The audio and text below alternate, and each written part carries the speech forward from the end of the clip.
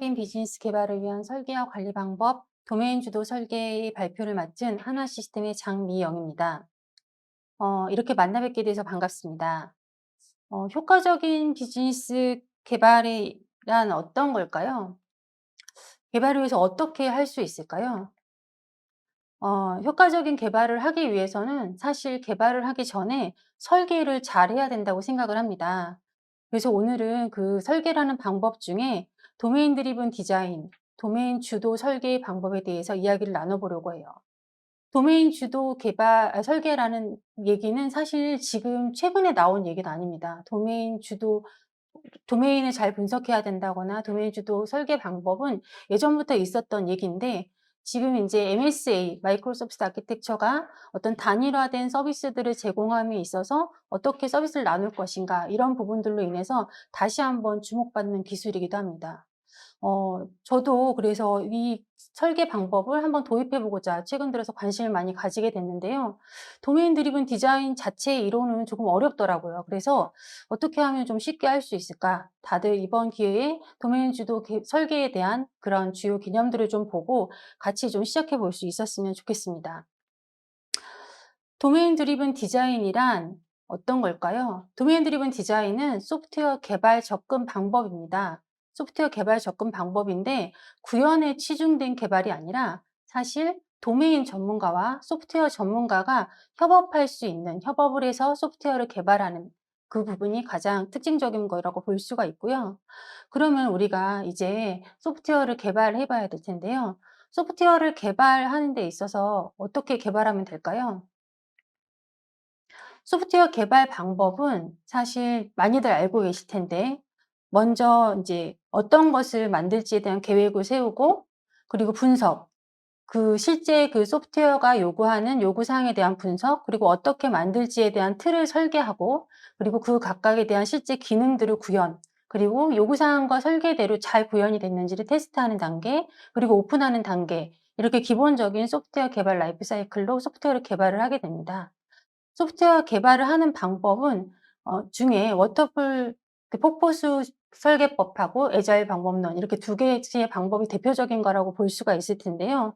실제 인제 그 워터풀 방법론 같은 경우는 좀 특이한 점이 있죠. 이거는 단계별로 앞 단계가 종료가 돼야 뒷 단계를 수행할 수 있는 정통적인 방식으로 요구사항 분석이 끝나고 그 결과물을 인풋으로 받아서 실제 시스템을 설계하고 그 설계에 대한 설계물에 대한 그 아웃풋을 다시 구현단에서 인풋으로 받아서 구현을 하고 구현 결과물을 가지고 테스트하고 메인터넌스를 진행하는 앞 단계가 종료되고 뒷 단계를 수행하는 전통적인 방식인데요. 이 전통적인 방식의 단점은 사실 눈으로 뭔가 가시적으로 결과물을 보려고 하는 부분에 있어서 한참 기다려야 되는 거죠. 앞 단계가 다 종료가 돼야 눈으로 볼 수 있는 가시적인 게 나오고 그때 다시 돌아가서 뭔가 수정할 내용이 있다라고 하면 사실 그때 수정하는 비용은 초반에 수정하는 요구사항 분석 때 수정했던 때보다는 훨씬 비용이 많이 발생을 하게 됩니다. 그리고 이 워터풀 방법론의 가장 큰 특징은 이 정보들이 맨 처음에 요구사항이나 필요에 대한 정보들이 한 방향으로 흘러간다는 건데요. 실제 이제 요구사항 분석 같은 경우는 그 워터풀 방법론에서는 분석가들이 진행을 하게 되고 설계자 그리고 개발자 이렇게 영역별로 나누어서 진행하는 경우가 많은데 정보의 방향은 한쪽으로 개발단까지 내려오되 개발단에서 발생한 어떤 피드백이 다시 분석가한테 올라가지는 않는 그런 단점이 있었습니다. 그런 워터풀 방법론의 단점에 반해서 그런 걸 좀 개선해 보고자 나왔던 방법론이 애자일 방법론인데요. 애자일 방법론은 그 단계별로 진행되는 워터풀 방법론에 비해 어떤 필요한 요구 사항들을 빠르게 점진적으로 반복적으로 개발하면서 확인해 나간다는 측면은 굉장히 장점이 있으나 실질적으로 요 개발 방법론의 단점은 좀 있는데 여러 사람이 한꺼번에 작업을 하다 보니 기준이 되는 수준에 대해서 이제 너무 다른 거죠. '나는 단순하고 심플하게 이렇게 한 번에 개발할 거야.'라는 기준에 대한 부분들이 좀 단점이 있었습니다. 그런데 이렇게 서로 상반된 개발 방법론에서 한 가지 인제 가장 중요한 게 뭐냐라고 하면 같은 것일 텐데요. 실제로 워터풀 방법론이 됐든 애자일 방법론이 됐든 요구사항 분석이 가장 중요한 단계입니다. 실제 무엇을 원하는지를 알아야 잘 만들 수가 있겠죠. 그런데 기존의 방식들에서는 소프트웨어 방법론에서는 요구사항 분석은 어떤 우리가 필요한 기능에 대한 요구에 대한 분석이라기보다 이걸 어떻게 잘 시스템으로 만들 수 있는지에 대한 분석이었던 것 같아요. 그래서 요구사항을 기능 요구사항, 비기능 요구사항 이렇게 나누어서 실제적으로 이것들을 어떻게 하면 구현에 좀 맞출까? 때로는 구현에 잘 맞지 않는다, 기술에 잘 맞지 않는다라고 하면 요구사항이 변경되거나 요구사항이 누락되거나 하는 경우도 있었어요. 그거는 요구사항 분석과 실제 설계 간에 약간 연결이 되는 게 아니라 중간에 이제 틈이 벌어지게 된 거죠. 그런 부분을 이제 개선할 방법이 필요했습니다. 자, 그럼 소프트웨어 얘기를 다시 해보려고 하는데요. 소프트웨어를 개발하는 목적이 무엇일까요? 소프트웨어는 개발하는 목적은 현실 생활의 복잡함을 다루기 위해 생성된 도구로 목적을 위한 수단이며 그 목적은 매우 실용적이고 실제적인 것이다. 그리고 소프트웨어를 개발하는 목적은 현실 생활의 프로세스를 자동화하거나 비즈니스 문제를 잘 해결하기 위해 개발된다. 이 정의는 제가 말한 내용은 아니고요. 지금 이제 하단에 보이시는 도메인 드리븐 디자인 키클리라는 책에서 발췌를 한 내용입니다. 이렇게 현실 생활의 문제를 해결하기 위해 소프트웨어를 개발했는데요. 그러면 현실 생활의 문제가 뭐냐? 소프트웨어로 해결하고자 하는 문제 영역을 저희가 도메인이라고 합니다. 드디어 이제 도메인 드리븐 디자인에서 도메인에 대한 얘기를 하게 됐네요. 실제 그럼 저희가 문제 영역, 어떤 영역인 건 알겠는데 그게 어떤 거냐? 실제적으로 도메인이라고 하는 부분은 사용자, 우리가 이제 필요로 하는 사람이겠죠. 사용자가 어떤 만들어진 프로그램을 적용하고자 하는 영역, 서브젝트 에리어가 실제 소프트웨어에서 바라보는 도메인이 됩니다. 그래도 조금 잘 와닿지 않아요. 그러면 도메인을 우리가 어떤 설계를 할 때 어떤 걸 도메인이라고 하면 좋냐라고 예시를 한번 좀 들어보면 은행이 있잖아요. 은행에서 시스템을 만들게 되면 그것 또한 도메인이 되고 항공사 시스템도 도메인의 한 예가 됩니다. 학교 시스템, 포털 사이트도 도메인이 되는 거죠. 다만 도메인이라는 건 하나로 해결되거나 하나로 설명되진 않아요. 이거를 잘 분석하기 위한 방법들이 필요하고 그런 분석 단계를 통해서 분석과 발전시키는 단계를 통해서 소프트웨어로 만들어 갈 수 있겠죠.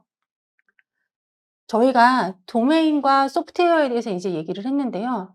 도메인인 현실 세계의 문제, 우리가 자동화하고자 하는 문제를 잘 해결한 게 소프트웨어예요. 그러면 둘 간의 관계가 사실 굉장히 타이트하게 붙어 있어야 될 거예요. 굉장히 도메인에 뭐가 필요하면 소프트웨어가 해결해 주고 도메인에 뭐가 부족하면 소프트웨어가 채워주고 해야 되는데 과거의 방식은 그렇게 시작되기보다는 분석 모델이라고 해서 우리는 뭔가를 설계할 거야. 그런데 구현에 너무 매이지 않았으면 좋겠어 라고 하는 방식이 분석 설계 기법으로 분석 모델이라는 걸 아웃풋을 냈습니다. 분석 모델은 코드를 배제한 분석 방법이었어요. 코드를 가능한 배제하고 분석 영역만 별도로 두다 보니 실제로 분석은 잘 됐는데 이게 과연 구현이 잘 될까? 라는 단계에 와서는 개발자들은 그 분석 모델을 전달받아 봐야 실제로는 도메인을 잘 이해할 수 없고 내가 정말 무엇을 해결해야 되는지에 대한 갭이 반드시 생겼어요. 그래서 설계 모델은 그 분석 모델을 두고 별도로 설계 모델을 만들곤 했습니다. 그래서 점차 도메인과 소프트웨어가 사실은 가장 잘 융합되고 거기서 필요한 부분들이 해결이 돼야 되는데 그게 아니라 점차 좀 갭이 생겨버리게 된 거죠. 그래서 설계 따로 구현 따로 이런 형태가 됐던 것 같습니다. 그러면 실제로 도메인을 잘 분석해서 소프트웨어로 만들려면 어떻게 해야 되느냐? 바로 그 다음 단계로 갈 수는 없고 도메인이라고 하는 부분을 필요한 부분들을 잘 추상화해서 모델을 만들고 이 모델을 실제적으로 구현할 수 있는 실체화를 만들어서 소프트웨어를 만들게 됩니다.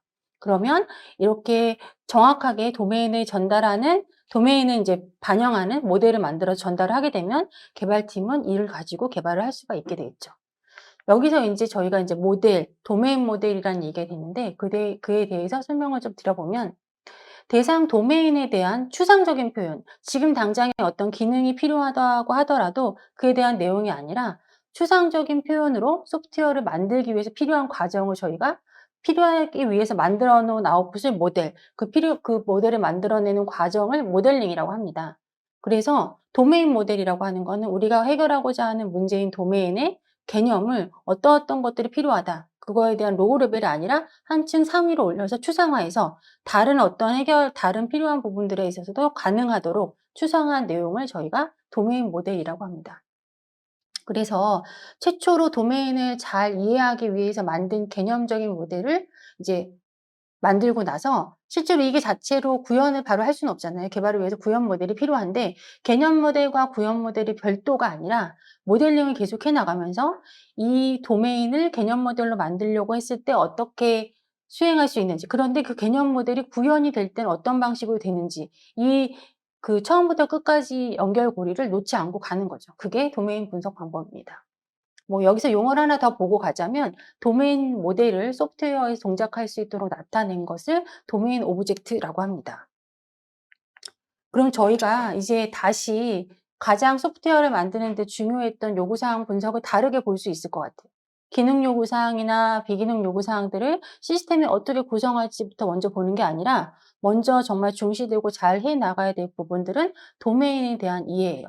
아까 도메인은 저희가 현실 세계에 대한 문제라고 말씀을 드렸고 그런 문제들을 프로그래밍으로 대체할 수 있는 것이라고 했는데, 그래서 예시로 도메인을 은행 시스템, 항공사 시스템, 학교, 포탈 이런 예를 드렸었어요. 그러면 이런 각 인제 도메인을 가장 잘 아는 사람은 누구일까요? 경험이 많은 소프트웨어 아키텍트일까요? 아니면 경험이 많은 개발자일까요? 그쪽에서 오래 근무한 유지보수를 한 사람일까요? 사실은 그게 아니라 이 도메인 자체에 대한 가장 이해가 잘 돼 있고 잘 설명할 수 있는 사람들은 실제 그 업무를 수행하는 사람입니다. 저희가 도메인 엑스퍼트라고 부르는 도메인 전문가가 이 도메인을 분석할 때 반드시 참여를 해야 되고, 그동안 사실은 어떤 소프트웨어를 만들 때 그 소프트웨어를 만들기 시작하는 계획 단계부터 실제로 인제 설계를 하거나 구현을 하는 단계는 당연히 소프트웨어 전문가만의 역할이었다고 생각했다라고 하면 그 부분은 사실 쪼끔 부족한 면이 많이 있었던 것 같아요. 과거에 인제 많이 보셨을 그림 같은데 고객은 그네를 원하는데 실제로 개발자는 그네를 가져다 주지 못했어요. 더 많은 기능을 가져다 줘도 고객이 원하는 그네는 안 나오는 거죠. 그런 요구사항에 대한 인제 그런 예시들도 보셨을 텐데, 도메인 전문가가 내가 원하는 시스템을 처음에는 잘 못 말할 수도 있어요. 그런데 이제 점차 협업을 통해서 내가 원하는 걸 정확하게 시스템으로 소프트웨어로 만들 수 있는 방법을 하기 위해서는 저희가 인제 개발을 하는 이 설계를 하는 단계에서 반드시 도메인 전문가의 참여가 필요합니다. 지금 보시는 그림은 이제 배인데요. 이 배는 스페인의 바사라는 배고요. 이 배에는 아픈 사연이 있어요. 슬픈 사연이 있는데요. 실제 스페인 전쟁 때 그 스페인의 왕이 전쟁에서 이기고 싶어서 이 배를 만들어 달라고 배를 만드는 기술자한테 요구를 했대요. 그 왕은 전쟁을 잘하는 전문가였겠죠. 그렇다 보니 선원도 많이 싣고 갈 수 있고 대포도 많이 넣을 수 있는 커다란, 당시에는 정말 그렇게 큰 배가 없었다고 합니다. 그런 배를 만들라고 요청을 해서 실제로 만들었는데, 기한 내에 만들었는데 이제 이 배는 안타깝게도 전쟁을 하지 못하고 출항을 하자마자 얼마 가지 못해서 침몰을 하고 지금 현재는 그런 사연을 가지고 이제 박물관에 있다고 합니다. 사실 그 왕과 또 이 배 선원들은 정말 이 업무를 배를 잘 사용하는, 업무를 잘 아는 도메인 전문가였을 거예요. 그러나 도메인 전문가만으로는 이제 소프트웨어를 잘 만들 수가 없는 거죠. 거기에도 꼭 필요한 다른 것이 필요했는데요. 그게 뭐냐면 소프트웨어 전문가가 있어야 되는 거예요. 소프트웨어 전문가는 이제 제가 하고 있는 소프트웨어 아키텍트나 또 개발자, 그리고 또 시스템을 만들기 위해 추가적인 기술을 가진 사람들을 저희가 소프트웨어 전문가라고 하는데, 도메인 전문가와 소프트웨어 전문가가 함께 협업을 통해서 우리가 해결하고자 하는 도메인이 어떤 것인지를 분석해서 그것들을 이제 모델링하는 과정들을 반드시 함께 참여를 해야 효과적인 개발을 할 수가 있게 될 겁니다. 그런데 도메인 전문가, 소프트웨어 전문가, 사실 저도 이렇게까지 구성해서 아직 협업을 해본 경험은 없는데요. 인제 이론상 가장 필요하다고 하고 저도 경험상 이렇게 구성만 된다라고 하면 가장 이상적일 것 같은데 왜 이 사람들이 이렇게 일하기가 어려울까요? 어 얼마 전에 인제 페이스북에 쪼끔 유명하게 올라왔던 책 제목이 있는데, 예. "오늘도 개발자가 안 된다고 말했다."라는 책 제목이었어요. 사실 이걸 저는 최초에 기획자분한테 그 얘기를 듣고 또 개발자분한테도 "그런 책이 있다더라."라는 얘기 들었는데, 이게 책의 내용보다도 제목이 너무 서로 간에 와 닿았던 거는 뭔가 요구사항을 내는 도메인 전문가가 하는 말과 개발자가 하는 말이 늘 차이가 있고, 그래서 요구하는 사람은 이게 정말 될 것인지에 대한 부분을 모르고 또 반대로 개발하는 사람은 이게 정말 원하는 게 무엇인지 모르고 이런 차이들이 좀 있었던 것 같아요. 근데 그거는 단순히 인제 알고 있는 지식 도메인의 차이도 있지만 우리가 그때 소통하기로 한 언어에 대한 차이가 있었던 거죠. 정말 지금 만들고자 하는 시스템이 어떻게 잘 만들어질 수 있을지, 우리가 말하는 부분에서 내가 사과라고 말하면 상대도 같은 사과를 말하는 건지, 나는 파란 사과를 말하고 있는데 상대는 빨간 사과를 말하고 있지 않은 건지, 이런 부분에 대해서 우리가 같이 소통을 하기 위해서는 보편 언어, 유비쿼터스 랭귀지라는 게 필요로 하게 됩니다. 저희가 도메인을 이제 이런 협업을 통해서 진행하기 위해서는 함께 우리가 구축하고자 하는 컨텍스트 내에서는 같은 의미를 가지는 언어들을 사용할 수 있는 유비쿼터스 랭귀지가 반드시 필요합니다. 유비쿼터스 랭귀지가 왜 필요한지에 대한 예시를 제가 좀 그림으로 이제 가져와 봤는데요. 실제 여기는 이제 프로젝트에 관련된 이해관계자들이 좀 왼쪽 그림에 나와 있어요. 그래서 프로젝트 오너, 프로젝트 리더, 그다음에 개발 리더, 개발자. 그런데 프로젝트 오너는 이렇게 말했어요.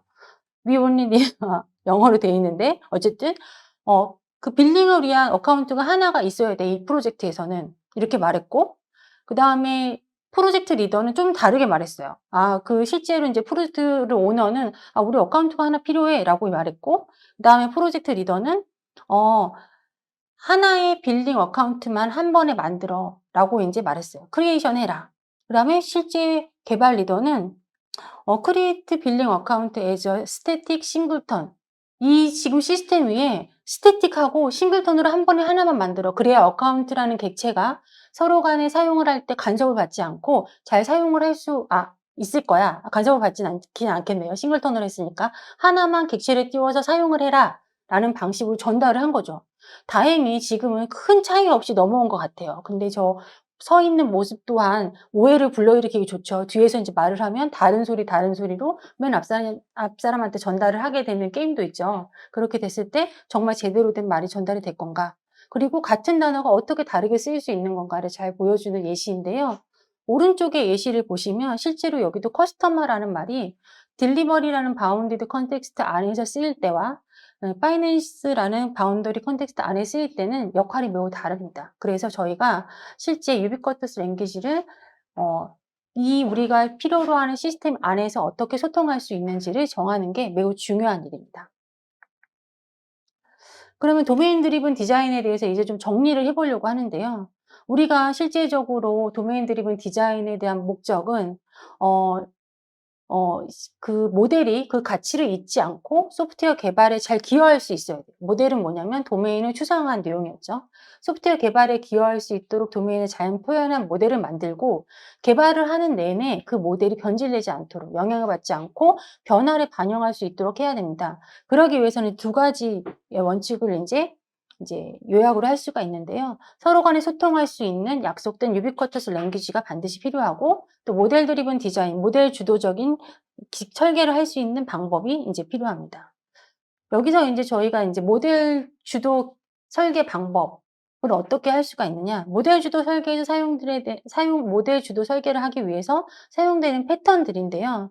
이 패턴들에 대한 목적은 도메인 주도 설계의 관점에서 각 객체들이 모델링 및 소프트웨어 설계에 대해서 핵심 요소를 보여주고 각각이 필요한 역할들을 잘 수행할 수 있도록 수행하는 내용입니다. 이제 지금 왼쪽에 보시면 모델 드리븐 디자인에서 실제 모델을 표현하는 방식으로는 YB를 가진 엔터티라든지 값을 가진 밸류 오브젝트, 그리고 서비스, 그리고 각 영역에 대해서 분리를 해서 수행할 수 있는 객체명 아키텍처, 그리고 각 객체들을 이제 관리할 수 있는 그 주기를 가진 리파지토리, 팩토리, 그리고 어그리게이트로 구성이 되는데요. 각각의 역할에 대해서 잠깐 설명을 드려볼게요. 여기서 말하는 엔티티는 우리가 흔히 많이 보고 있는 엔티티예요. 근데 엔티티는 그냥 객체가 아니라 식별자를 가지고 영속성이 필요한, 여기다 값을 담고 영속성을 가질 수 있는 객체여야 되고요. 밸류 오브젝트 같은 경우는 식별자가 없어도 되고요. 식별자는 없는데 영속성도 필요 없어요. 그러나 값을 전달하고 거기 들어있는 값이 수정될 수 없는 객체를 저희가 값객체, 밸류 오브젝트라고 합니다. 그리고 특정 엔티티나 값 객체에 속할 수도 없는 도메인의 개념 표현, 그리고 실제 어떤 객체에 전달되는 어떤 역할들을 상태 정보로 관리하진 않지만 어플리케이션 전반적으로 처리를 할 수 있는 부분을 서비스라고 합니다. 그리고 객체의 소유권과 경계를 정의하고 데이터가 변경될 때 단위를 하는 객체의 집합, 저희가 이제 일반적으로 트랜잭션의 집합으로 볼 수도 있고 또 외부에서 접근할 수 있는 단 하나의 루트를 가지는 어그리게이트라는 개념으로 모델 패턴을 진행할 수 있고요. 이제 팩토리나 리파지토리는 우리가 가지고 있는 객체들을 생성하거나 저장하는 관계들을 캡슐화해서 담당하는 역할을 수행을 하게 됩니다. 이런 것들을 통해서 인제 저희가 모델 주도 설계 방법에서 이제 모델을 잘 만들어 갈 수 있는 걸 지원하는 빌딩 블록들을 설명을 드렸고요. 이 중에서 인제 계층형 아키텍처를 조금 더 나눠서 설명을 드리면 계층형 아키텍처가 필요한 이유는 이 복잡한 프로그램을 복잡한 도메인을 소프트웨어로 만들려고 했을 때 레이어로 분할을 하는 거예요. 레이어로 분할을 하는 목적은 각 레이어별로 격리를 시켜서 실제적으로 각 레이어가 각 역할을 충실하고 특히 도메인 레이어에서는 핵심 도메인 이슈에만 집중해서 처리를 할 수 있도록 하는 것입니다. 실제로 모델은 작은 모델로 시작을 할 수도 있지만 전체적으로 시스템 전반을 처리하기 위해서는 이제 모델 자체가 점점 커지게 됩니다. 모델 자체가 점점 비대해지면서 생겨나는 문제들이 많이 있는데 그럼에도 불구하고 모델들을 계속 유지할 수 있도록 모델이 변질되지 않고 고유의 가치를 수행할 수 있도록 하는 방법들에 대한 기법이 여기 있는데요. 유비쿼터스 랭귀지라든지 바운디드 컨텍스트로 분할된 컨텍스트를 분할해서 나누어서 처리를 하는 부분, 그다음에 컨텍스트 맵 등의 기술 집합을 통해서 모델의 무결성을 유지할 수 있는 것을 지원을 하게 됩니다. 바운디드 컨텍스트 객체를 분할하는 부분은 모델에 적용되는 컨텍스트를 명시적으로 정의를 하고 각 모델이 정확하게 구분되기 위해서 가상의 경계선을 둘러서 이제 나누게 됩니다. 그렇게 되면 실제 분할된 컨텍스트의 특징에는 그 특정한 문맥을 따라서 하나의 요소들을 해석할 수 있는 부분이고요. 모델은 단일화를 유지를 해야 되는데 지속적으로 이런 계속 변경 작업이나 모델링 작업을 하다 보면 모델이 단편화되기도 합니다. 근데 그런 부분들을 지속적인 통합을 통해서 모델 단편화가 일어났는지를 검증할 수 있는 부분은 Continuous Integration, 지속적인 통합을 통해서 저희가 확인을 할 수 있고 분할된 컨텍스트 간의 관계인 컨텍스트 맵은 공유 커널이나 고객 공급자 관계, 수능, 그다음에 변질 방지 레이어 등을 통해서 이제 분할된 컨텍스트 간의 관계들을 표현할 수 있는 방법을 지원을 하게 됩니다. 오픈 호스트 서비스 같은 경우는 저희가 외부에 서비스를 하게 되는 부분들을 각 프로토콜마다 만들게 되면 비용이 계속해서 발생을 하게 되는데 보편적으로 공개할 만한 서비스를 모아서 오픈 호스트 서비스 방식으로 하면서 그 방식들을 그 비용을 운영하는 비용을 이제 좀 이제 줄일 수 있는 방법들에 대한 기법도 적용을 해서 모델이 계속해서 모델링되고 실제 소프트웨어로 개발되는 중에 설계되는 중에 이제 무결성이 변경되는 부분들을 저희가 방지하는 것을 지원을 하고요.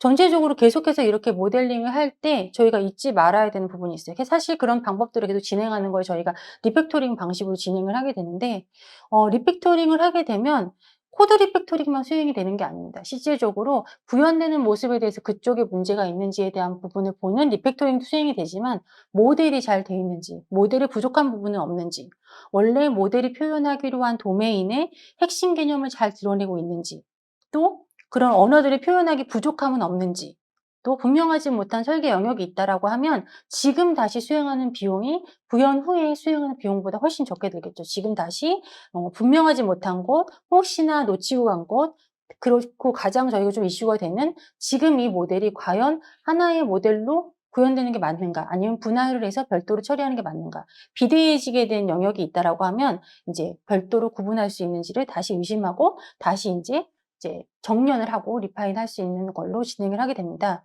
그거에 대한 방향은 결합도는 낮게 만들고 응집도는 높게 이렇게 만들어야 각각의 분할의 각 역할을 수행할 수 있겠죠. 이런 기술 지원 집합을 통해 모델을 계속 이제 병연을 하게 됩니다. 이렇게 사실은 조금 어떤 개념들이나 이런 부분을 저희가 설명을 드렸는데요. 그럼 뭐 도메인 드리븐 디자인이라는 게 사실 기존에 우리가 해오던 방식에서는 조금 더 고민을 해야 되고 도메인 전문가라든지 모델에 대해서도 계속 고민을 해야 되는데 이 도메인 드리븐 디자인이 적용을 했을 때 뭔가 이점이 있어야 되잖아요. 어떤 이점이 있을까요? 도메인 드리븐 디자인을 적용을 하게 되면 인제 사실상 유비쿼터스 랭귀지나 서로 간에 계속해서 만들어가는 모델을 통해서 커뮤니케이션이 좀 쉬워집니다. 커뮤니케이션이 쉬워진다는 거는 사실은 보다 깊은 소통을 할 수 있다는 거고요. 그리고 모델부터 계속 이어지는 그런 연결 관계들은 사실 구현에 대한 연결에 대한 약간 응집도 연결에 대한 결합도는 지금 떼고 진행을 할 수 있는 거기 때문에 유연성을 증가시킬 수 있고 다른 영역보다 가장 인제 도메인의 중심으로 작업 설계를 할 수 있는 점이 가장 장점입니다. 어 저는 도메인 드리븐 디자인부터 처음에 보지는 않았어요. 사실 제가 도메인 드리븐 디자인에 관심을 가지게 된 거는 우연한 기회에 이벤트 스토밍이라는 거를 보게 되고 이벤트 스토밍이 할 수 있는 그런 결과물에 대해서 조금 이제 인상 깊게 봐서 도메인 드리븐 디자인까지도 보게 됐는데요. 이벤트 스토밍을 좀 설명을 드려 보도록 하겠습니다. 저희가 도메인 드리븐 디자인에 대한 여러 이론적인 얘기를 많이 했어요. 근데 이 도메인 드리븐 디자인은 실제 적용을 할 때는 어떤 방식으로 적용하면 좋겠냐, 이런 전략적인 설계라는 방식으로 이벤트 스토밍, 워크숍 형태의 이벤트 스토밍을 적용을 할 수가 있는데요. 이벤트 스토밍은 도메인의 지식을 공유함으로써 서로 간에 참여자끼리 공유를 함으로써 전체 비즈니스가 어떻게 돌아가는지 한눈에 볼 수 있는 지도를 만드는데, 이 지도는 왼쪽부터 오른쪽까지 쭉 진행되는 타임라인 형태로 만들게 됩니다. 근데 이 작업 자체를 이제 따로따로 진행을 하는 게 아니라 다 같이 워크숍 형태로 진행을 하게 돼요. 그래서 실제로 이벤트 스토밍을 하기 위해서 준비물이 뭐가 필요하냐라고 하면 다양한 색깔의 포스트잇과 커다란 화이트보드가 필요하다고 해요. 그런데 사실 이거는 같이 있을 때는 할 수 있지만 저희가 이렇게 원격지에 있을 때는 할 수가 없잖아요. 근데 요런 도구로 미로라는 도구를 사용을 하면 그런 화이트보드를 온라인상에서 공유를 하고 각자 로그인한 사람들끼리 포스트잇을 붙여가면서 이벤트 스토밍을 진행을 할 수가 있습니다. 도구는 이제 활용해 보시면 굉장히 좋을 것 같고요. 그런데 이벤트 스토밍은 그냥 진행하는 게 아니라요. 이벤트 스토밍을 하기 위해서는 이런 포스트잇 형태, 이제 앱을 쓰게 되면 아까 미로라는 그런 도구를 쓰게 되면 포스트잇 형태를 이렇게 붙일 수가 있고, 또 우리가 같이 일을 하고 있다면 이런 다양한 색깔의 포스트잇을 화이트보드에 붙여가면서 작업을 할 텐데 왜 포스트잇을 쓰는 걸까요? 포스트잇을 쓰는 이유는 단순합니다. 저희가 설계라고 하는 부분은 한 번에 콘크리트하게 이루어질 수가 없는 부분이라서 그래요. 그래서 포스트잇을 쓰는 거는 디자인이 원래 한 번에 되는 게 아니라 변경하고 정렬하고 다시 수정하고 장소를 이동하고 위치를 변경하고 순서를 바꾸고 이런 과정들을 여럿이 의견들을 통해서 진행을 하도록 필요한 내용이기 때문에 포스트잇을 이제 사용하게 되는 거고요. 지금 보시면 뭐 이제 다양한 컬러가 있어요. 가장 중심으로 보실 건 도메인 이벤트인데요. 도메인 이벤트는 저희가 수행하고자 하는 그런 비즈니스 프로세스에서 수행되는 가장 중요한 이벤트예요. 근데 이 이벤트를 쓰실 때 주의하실 점이 있어요. 이벤트는 로그인이 아니라 로그인 했음, 그 이벤트 자체는 과거형 동사로 작성을 하고 이 도메인 이벤트는 시간 순서대로 작성을 하게 됩니다. 우리가 만약에 포털 사이트에 사용자 관리를 만든다라고 하면 사용자 뭐 정보를 입력했음, 그리고 사용자가 등록됐음, 사용자가 수정됐음, 이런 형태가 도메인 이벤트의 형태가 되겠죠. 그리고 인제 여기서 보시는 주요 또 다른 양식은 커맨드라는 부분이 있는데요. 커맨드는 이제 실제 그 도메인 이벤트를 유발할 수 있는 액션이 됩니다. 그리고 그 액션을 수행할 수 있는 액터 형태를 저 롤이라는 조그만 부분에 어떤 역할의 액터가 실제 커맨드를 일으키고 그 커맨드를 일으켜서 도메인 이벤트가 수행이 되는지, 그렇게 되려고 하면 지금 보여지는 건 이렇게 좀 나열이 돼 있지만 순서대로 하자면 커맨드 옆에 도메인 이벤트가 붙어야 되고 커맨드 아래에는 저렇게 롤이 붙어야겠죠. 그런 방식 몇 개만 이제 이해를 하시고 이벤트 스토밍을 진행을 하시면 되는데요. 실제로 제가 처음 이벤트 스토밍을 접하고 나서 이제 기획자를 만날 기회가 있었어요. 기획자분은 화면으로 소통을 하시더라고요. 그래서 정말로 거의 다 만들어진 것 같은 화면을 피그마 같은 도구를 이용해서 저한테 보여주셨어요. "저 유저 스토리는 이렇게 진행이 되고 화면들은 이렇게 몇 개가 있습니다."라고 보여주셨는데, 사실 제가 그 화면을 처음 봤을 때는 저로서는 그냥 화면인 거죠. 저한테는 그게 시스템화되기 위해는 넘어야 될 산이 너무 많은 거예요. 그래서 제가 제안을 했어요. "이벤트 스토밍이라는 기법이 있는데 개발자는 아니시지만 이런 약속에 의해서 한번 그 사용자 유저 스토리를 옮겨 보실 수 있을까요?" 라고 말씀을 드렸거든요. 근데 그분이 정말 미로를 통해서 저랑 같이 작업을 해 봤어요. 실제로 제가 생각했던 이벤트들은 어떻게 보면 소프트웨어 안에서 일어나는 이벤트였고, 기획자가 생각하는 정말 큰 이벤트들은 현실 세계에서 발생하고 사용자가 바라보는 이벤트였던 거죠. 정말로 빠른 시간 안에 습득을 하셨고, 사실 저는 '이벤트 스토밍이 좀 낯섰는데 괜찮으실까?'라고 생각이 들었는데, 이걸 가지고 소통을 하니까 정말 빠르게 개발을 할 수 있더라고요. 실제 요즘에는 앱 개발이나 서비스 개발들이 굉장히 빠르게 일어나다 보니까 기획이나 디자인을 하시는 분들은 화면이나 유저 스토리, 스토리보드를 주시고 개발자는 그다음부터 다 진행을 해야 되는 거예요. 전통적인 방식의 문서를 많이 만드는 방식들도 문서만 많이 만드는 방식들도 조금 문제가 되지만, 그런 소통에서 중간에 인제 "그런 내용들만 보고 시스템으로 만들 수 있을 거야."라고만 하는 부분들도 사실은 어떻게 보면 저희가 시스템을 설계하는 데 있어서 중요한 부분을 놓칠 수도 있지 않을까라고 생각이 듭니다. 요 각각의 그 표현 방식들이 의미하는 바는 좀 차츰 보시면 좋을 것 같습니다. 이벤트 스토밍은 사실 한 번에 이루어지진 않고, 이벤트 스토밍은 빅피처를 그리는 단계, 프로세스 레벨, 디자인 레벨 3 단계로 진행이 됩니다. 3 단계로 진행이 되는 부분은 빅피처를 그리는 단계에서는 일단 도메인 이벤트, 주요 도메인 이벤트만 뽑아냅니다. 그리고 외부 시스템인지 내부 시스템인지를 구분을 하게 됩니다. 그런 단계가 다 완료된 다음에야 실제로 그 메인 이벤트를 수행할 때 어떤 커맨드가 수행이 되는지, 또 폴리시는 약간 프로세스 매니저거든요. 그다음에 우리가 진짜 커맨드를 가지고 이런 이벤트를 수행했을 때 어떤 제약 사항들이 있는지, 어떤 분기들이 타야 되는지를 폴리시 정책으로 정하고, 리딩 모델들은 정리하고, 이것들을 실제 소프트웨어로 만드는 디자인 레벨에서는 이게 각각의 묶음으로 어떤 트랜잭션 단위로 진행을 해야 될 건지 디자인 레벨로 넘겨주게 됩니다. 이런 이벤트 스토밍을 하는 단계에서 저희가 인제 진행을 할 땐 이런 것들이 필요해요. 맨 처음에는 "워크숍을 하자." 관련자들을 다 불러 모읍니다. 관련자들은 실제로 도메인 전문가가 있을 거고 개발을 할 수 있는 소프트웨어 전문가가 있을 거예요.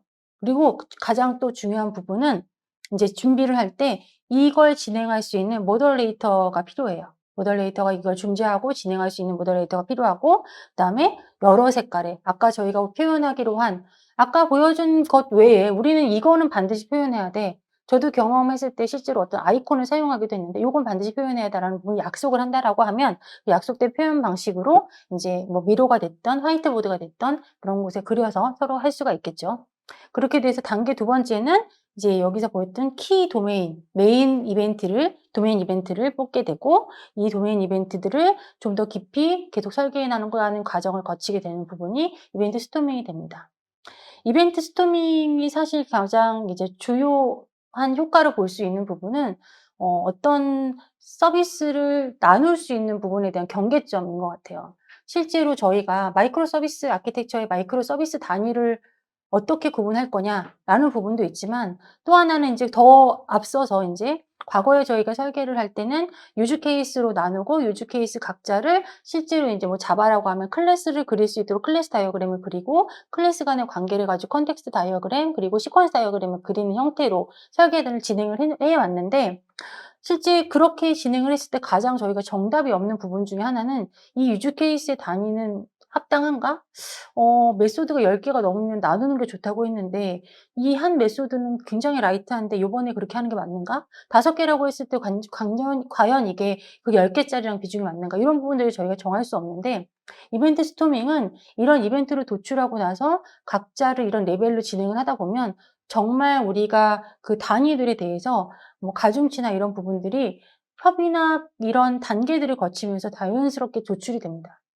처음 단계에 딱 자르는 게 아니라 이벤트를 놓고 필요한 일들을 나열을 하다 보면 '아 요 부분은 서로 간에 간섭 없이 마이크로 서비스로 도출할 수 있겠다. 서로 간에 관계없이 별도의 시스템으로 나눌 수 있겠다.'라는 부분들이 아웃풋으로 나오게 됩니다. 그래서 이벤트 스토밍이 그런 부분에 있어서 실제로 꼭 써 보시기를 바라고요. 이제 또 다른 개념으로 이벤트 소싱이라는 단어가 있는데요. 이벤트 소싱은 어플리케이션의 모든 상태 변화를 순서대로 이벤트로 보관해서 처리하는 개념이에요. 이건 삭제하지 않고 모든 변화를 이벤트로 보관을 하게 됩니다.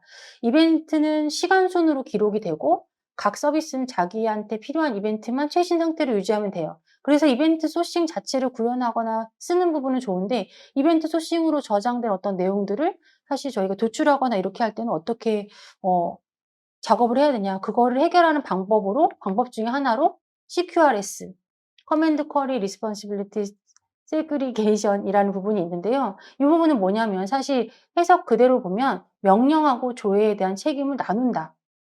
이제 지금 보시는 그림은 마틴 파울러가 이제 이거에 대한 개념을 설명하기 위해 그린 그림인데요.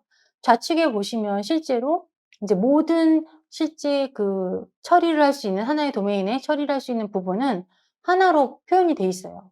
그런데 이렇게 됐을 때 실제로 조회와 입력과 수정과 삭제가 같은 가중치로 작업이 되느냐? 사실 저희가 보면 일반적인 웹 시스템들은 조회가 훨씬 많습니다. 입력하거나 뭔가 데이터를 생성하는 영역보다 조회가 훨씬 많은데 과연 그게 하나의 모듈에서 서비스하기가 적합할 거냐? 그러지 말고 상태를 변화시키는 커맨드를 위한 모델하고 그리고 조회, 상태의 값을 제공하는 쿼리를 위한 모델을 오른쪽처럼 분리를 하게 된다라고 하면 실제 각 역할에 더 충실할 수 있겠죠. 이거는 전체적인 모델이 자꾸 커지고 단일 모델로 두 종류의 기능을 구현했을 때 오는 복잡도를 낮추기 위한 한 방법, 패턴으로 적용을 하게 됩니다. 그래서 이벤트 소싱과 CQRS를 종합해서 사용을 하게 되면 클라이언트가 어떤 CUD, 커맨드 상태를 변화시키는 이벤트를 날리면 이제 커먼 API에서 요청을 전달하게 됩니다. 여기서 커맨드를 처리하는 서비스는 이벤트 스토어에 저장되어 있던 처리 결과를 저장을 하고 이벤트가 처리된 후로는 이 부분에 대해서 이제 이벤트 브로커로 결과가 전송이 돼서 결과값을 보내주게 됩니다. 이벤트는 쿼리 API로 전달이 돼서 다시 뷰 스토어에 저장이 됩니다. 사실 커맨드와 쿼리 이 부분을 분할하는 거에 있어서 가장 큰 점은 저장소에 대한 동기화를 좀 고민을 해야 되는데요. 이 부분은 이제 이런 패턴을 통해서 정리를 할 수 있는 예시를 좀 보여드렸고요. CQRS를 어디 적용해 볼 수 있을까? 저는 이제 표준 프레임워크를 이제 같이 이제 하는 부분이기도 해서 한번 고민을 좀 해봤어요. 이 도메인 드리븐 디자인, 이벤트 스토밍, 그리고 CQRS 이런 부분들을 이미 구현되고 제공되고 있는 프레임워크에 적용을 어떻게 할 수 있을까? 아까 설명드렸던 이벤트 스토밍은 나 도메인 디자인 드리븐 같은 경우도 모두 새로 시작할 때만 사용하는 부분들은 아닙니다. 그래서 이 표준 프레임워크 기반의 개발 방식에 대한 요 이제 그림을 가지고 저희가 보면은 이 부분은 사실 게시판을 만들 때에 대한 가장 대표적인 그런 구조인데요. 이렇게 게시판 같은 경우도 실제로 코드를 보면 CRUD가 하나의 컨트롤러 서비스에 제공이 되는 형태로 제공이 되고 있어요. 예시하는 샘플 프로젝트이긴 하지만 그 부분을 단계적으로 이제 이렇게 구분을 할 수 있을 것 같습니다. 지금 맨 왼쪽에 이제 클래시컬 레이어드 아키텍처 구조에서는 두 가지의 기능이죠. 조회와 커맨드를 날리는 부분을 하나의 모듈에서 서비스를 했다라고 하면 중간에 이제 심플 CQRS 아키텍처 구조로 모듈만 분리를 해서 서비스를 제공을 할 수가 있습니다. 그런데 점차 진행을 하다 보니 상태값을 조회하는 부분은 쿼리도 복잡하지 않고 실제적으로 어떤 인풋을 날리는 부분이 아니다라고 했을 때는 DBMS를 RDBMS에서 이제 NoSQL DB로 바꿔도 되겠죠. 이런 단계로 CQRS를 적용해 보는 부분은 지금은 제가 하고 있는 프로젝트나 표준 프레임워크에서 만들어진 샘플들에도 적용을 해볼 수 있을 것 같습니다. 이렇게 도메인 드리븐 디자인 그리고 이벤트 스토밍에 대해서 설명을 드렸고요. 도메인 드리븐 디자인에 대해서 사실 제가 이렇게 알아보면서 가장 인상 깊었던 거는 도메인 드리븐 디자인을 열심히 공부했는데 아직도 잘 모르겠다. 개념적으로 설명된 내용이 많아서 조금 이해하기가 어렵다. 이런 내용들도 많고 저도 확 와닿지 않는 부분들도 있었어요. 그런데 그것보다도 이벤트 스토밍이라는 워크숍 기법을 통해서 내가 가지고 있는 부분을 나누고 구별해서 설계하는 것. 그리고 이렇게 또 미리 제공되는 다양한 패턴들을 통해서 내가 실제적으로 적용하는 개발된 내 시스템들을 적용해 볼 수 있는 방법들을 실제 적용해 보시면 좋겠고요. 오늘은 사실 제가 설명드리고 싶었던 거는 도메인 드리븐 디자인이라는 어떤 개념적인 부분에 조금 얽매이지 않고 새로 이렇게 시작해 볼 수 있는 개념들에 대한 이해를 지금 제가 오늘 설명드린 개념들을 조금 이해해 보고 그것들이 실제로 왜 적용되어야 되는지 목적을 보시고 적용을 해 보시면 좋을 것 같고요. 이제 마지막으로 제가 설명을 드리면 도메인 드리븐 디자인, 도메인 주도 설계는 설계와 개발 방식을 그동안과 다르게 설계와 개발 방식을 연관지어서 만드는 방법입니다. 그래서 설계와 개발이 좀 더 나은 해결책을 도출하는데 어떻게 함께 작동할 수 있는지를 보여주고 이것들에 대한 방식들은 다양한 방식으로 제공을 하고 있어요. 지금 제가 참고했던 책이나 뭐 지금 이제 이벤트 스토밍을 하는 부분들은 조금 심플하게 사람들에게 적용할 수 있는 방법이었다라고 하면은 이제 에릭 에반스의 도메인 드리븐 디자인이라는 책이나 어떤 패턴들을 제공하는 포럼 사이트들에서는 더 많은 것들을 제공을 하고 있어요. 그런 부분들도 또 참고해서 보실 수 있으면 좋을 것 같습니다. 좋은 설계는 개발을 가속화하고 동시에 개발 프로세스에서 받는 피드백은 설계를 더 강화할 수 있는 이런 방법으로 설계를 진행을 하게 되면 효과적인 개발을 위한 저희가 가질 수 있는 역량이 또 하나 늘어나지 않을까 싶습니다. 지금까지 들어주셔서 감사합니다.